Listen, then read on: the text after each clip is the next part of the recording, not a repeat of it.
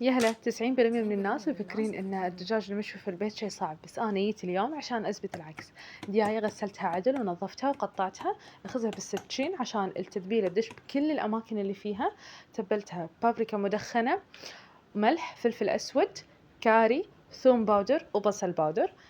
كل شيء قفشه صغيره الا الثوم، نص قفشه صغيره، قفشه صغيره مالت الشاي. البابريكا المدخنة حولت الوصفة لشيء ثاني، الطعم راح يصير خرافي. بصل، يزر، ثوم وبطاط وفلفل قطعتهم، حطيت عليهم نفس الإضافات نفس البهارات، أضيف عليهم زيت، أخلطهم عدل وأجهز بايركس. كل هالخطوات قاعد أسويها، وأول شيء طبعا لازم تخلون الدياي متبل ليلة كاملة، أقل شيء نص ساعة، يعني تبلونه نفس ما شفتوا الشكل النهائي شلون صاير. تجيبون بايركس فيها الخضروات وماي حار وبالفرن درجة حرارة 200 على الخضروات والدياي.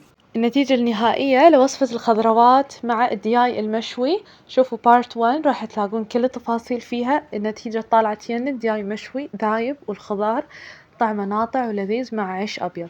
لازم تجربون هالوصفة، منقذة وسريعة، تسوونها بأيام الدوام ولذيذة وبعد صحية.